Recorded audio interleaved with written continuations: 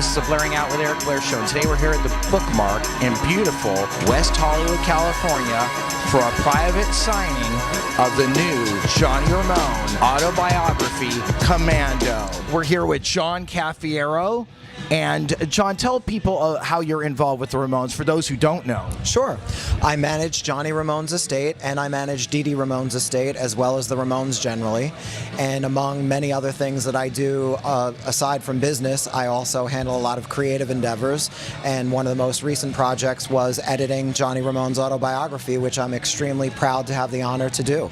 And today we're here at a private book signing here at the Bookmarc in beautiful West Hollywood, California. Yes, absolutely. The people at Bookmarc have been great, and they've got great taste in books, really great selection of art and entertainment culture books here, and I think we're in very good company having Commando here and having our event with the Marc Jacobs Bookmarc. Johnny Ramone, who there's so many misnomers about him as a person, and this is all going to put those misnomers to rest. That's a great perception because Johnny was a very multi-dimensional person, and there were a lot of different facets of his personality that made up who and what he was, and I think that this book really sheds a lot of light on things that people might not have known otherwise. Yeah, Johnny was very tough, but he had to be tough. If he wasn't, the Ramones would not have been the band that they are, and they would have never persevered and became the legend and the legacy that they are in rock and roll history. John, what is the hardest part about editing something like this that you're actually so close to? One of the hardest parts about it is that feeling of extreme responsibility, that it would be irresponsible to not ensure that each and every nook and cranny of data, explanation, insight, relevance makes it into the book. So I really agonized with a fine-tooth comb going through miles of material to make sure that everything that did shine a light on something or provided some insight or education into who and what Johnny was and how the Ramones became what they were made it into the book. And it was an enriching experience, and I think that the proof is in the book itself. I think that you learn a lot, and but in answer to your original question, yeah, that was one of the most difficult things, is wanting to make sure that everything worthwhile that Johnny left behind made it into the book, and I feel that I really achieved that. How much did you have to cut out of the book? Were there things in there that just you felt like weren't relevant, or how does that work? I will say that one of the sections that didn't make it into the book, simply because it would not work in the timeline or the context of anything, was a story that Johnny had told about a couple of stories, and hopefully somewhere down the line that'll make it into some kind of supplemental material. But I really do feel anything and everything that really made up Johnny's story is in there, but the only material that comes to mind that I felt badly that couldn't make it in was Johnny talking about practicing pitches. There was a period of time when Johnny and Linda were living in New York, and Johnny would make Linda go with him to a parking lot that would be closed after hours to practice pitching, because Johnny would want to keep his pitching up and his pitching in shape. And I thought that was a really interesting story. And there was also a story that didn't make it into the book about in the mid-1980s, during the Too Tough to Die Animal Boy era, the Ramones would play stickball during the little break in between sound check or shows. If they were pulled into a venue and there was a big parking lot, like one that would come to mind would be the Key Club.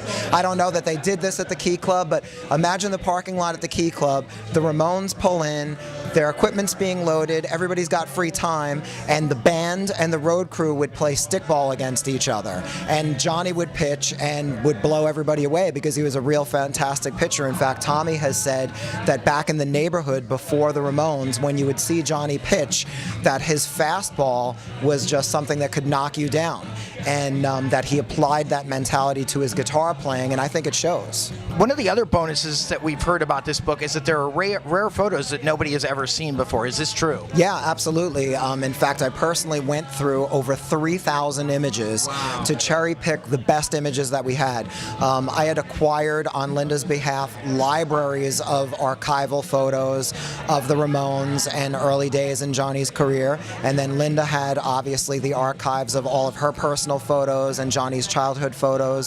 So we took all of that material, had everything professionally scanned, and I personally viewed over 3,000 images, a labor of love, because again, I felt it was my responsibility to make sure that anything and everything that really needed to be in here made it in.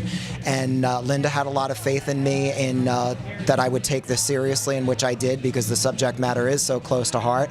And for the fans and for Johnny and for Linda and for the Ramones, you know, I made sure that it was all there. So yeah, there's a ton of photos in this book. And one of the things that I wanted to do that Linda really liked and encouraged was I felt that having a duality of both a text-driven book and a visually appealing book that you could flip through and enjoy from a visual perspective would be a great sense of duality, and I think we achieved that. So after going through 3,000 pictures of Johnny Ramone, how did you decide that this was going to be the cover of Commando? I think we kind of decided this was going to be the cover from day one. This was actually one of the first photos that we had acquired for Johnny Ramone Army, and Linda and I always call this the iconic shot. And it really is. It's one of the most iconic shots of Johnny in action. It was taken by Danny Fields, who was the band's first manager. Well, actually, Danny was the band's second manager. The band's first manager was Tommy Ramone.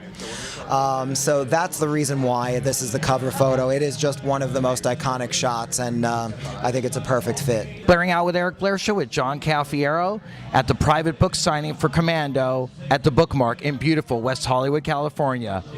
Peace out. The Blairing Out Show.